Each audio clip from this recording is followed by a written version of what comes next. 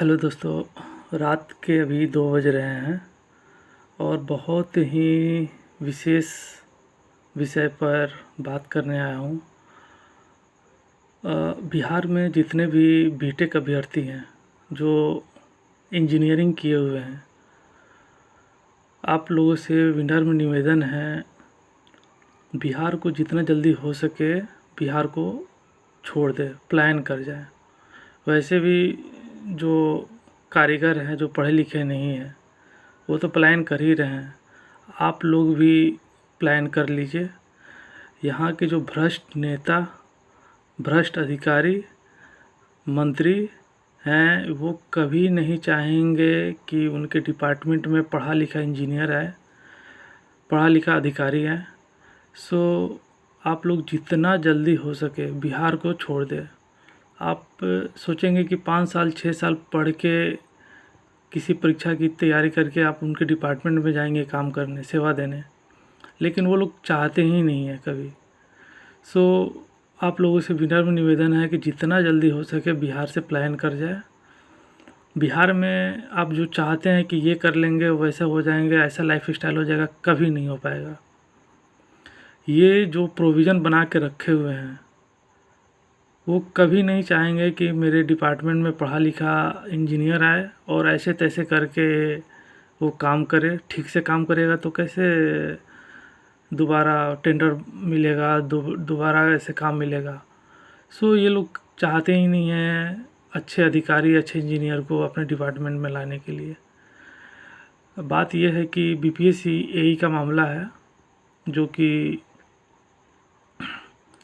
संविदा कर्मी को बेवजह 133 नंबर का वेटेज दिया जा रहा है, जो कि प्रोविज़न ऐसा था कि 5 वर्ष में 25 नंबर अधिकतम मार्क्स देने हैं, जो कि 5 नंबर प्रत्येक वर्ष, अधिकतम 25 नंबर 5 साल के लिए देना था।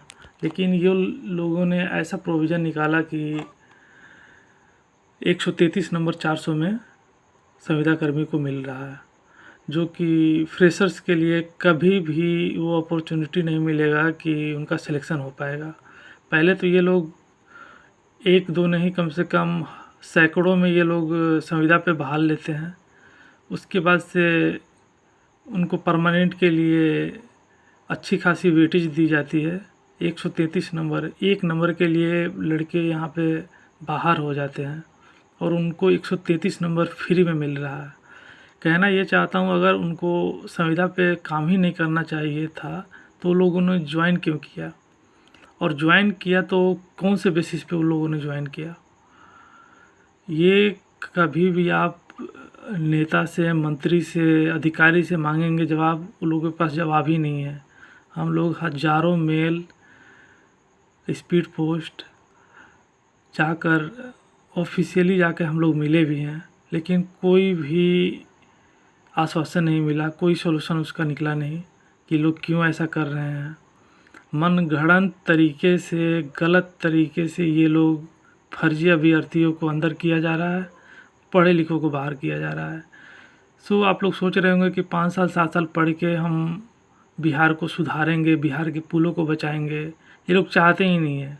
पिछले वर्ष को आपको पता है कि लगातार 19-20 पुल लगातार गिरे हुए थे। सो अच्छे अधिकारी, अच्छे इंजीनियर रहेंगे तो कैसे गिरेंगे। तो ये लोग चाहते ही नहीं है कि मेरे डिपार्टमेंट में पढ़ा लिखा इंजीनियर आए और ऐसा तैसा करने लगे। सो मैं दावे के साथ कह रहा हूँ कि बिहार में जितने भी इंजीनियर अभी कार्यरत हैं सरकारी विभाग में, 80% को मैं दावे के साथ कह रहा हूँ कि आप उनको डिज़ाइन दीजिएगा किसी बिल्डिंग का, किसी रोड का, तो वो लोग नहीं कर पाएंगे। 80% वैसे अधिकारी हैं, वैसे इंजीनियर हैं जो कि पैसे लूट रहे हैं, कैसे तैसे करके पॉकेट, घर, बंगला, हर जगह वो लूट रहे हैं, आपको पता नहीं चल रहा है। और आप तैयारी कर रहे हैं 5 साल से, 6 साल से, आपका सिलेक्शन नहीं हो रहा है, नहीं होगा। इसलिए मैं कह रहा हूँ कि आप प्लान कर जाए, यहाँ पे कुछ नहीं हो सकता है, कुछ नहीं होगा आप लोगों का। और मैं जितना भी अभी आरोप लगाया हूँ, मैं आपको हर एक आरोप का प्रूफ दूंगा, हर एक आरोप को मैं बेबुनियादी तरीके से प्रूव करूँगा। सो आप अपना डिसाइड कर लें। अगर बिहार में रहना है तो वही होगा, कुछ नहीं कर पाएंगे। इतने 4 साल 5 साल की पढ़ाई का आपका कुछ फ़ायदा होगा नहीं। इसलिए आप लोग प्लान कर जाएं, दूसरे स्टेट में चले जाएं, विदेश में चले जाएं। अच्छी लाइफ है वहाँ पे। यहाँ पे ना आप डिप्लोमा जो जेई की भर्ती होती है, सारे स्टेट में जेई में बीटेक अलाउड है, लेकिन बिहार में अलाउड नहीं किया गया है। बहुत सारी ऐसी चीज़ें हैं जो रोक के रखती हैं यहाँ के अधिकारी, यहाँ के भ्रष्ट नेता मंत्री, कि पढ़े लिखे को अंदर लाना ही नहीं है। लाएंगे डिपार्टमेंट में तो लोग अपने से कार्यशैली स्टार्ट करेंगे, मेरा कहा मानेंगे नहीं लोग। तो पहली तो बात यह है कि यहाँ के जितने भी मंत्री विधायक हैं पढ़े लिखे उतने नहीं हैं। 10वीं 12वीं मैक्सिमम, बहुत कम ही ग्रेजुएट हैं।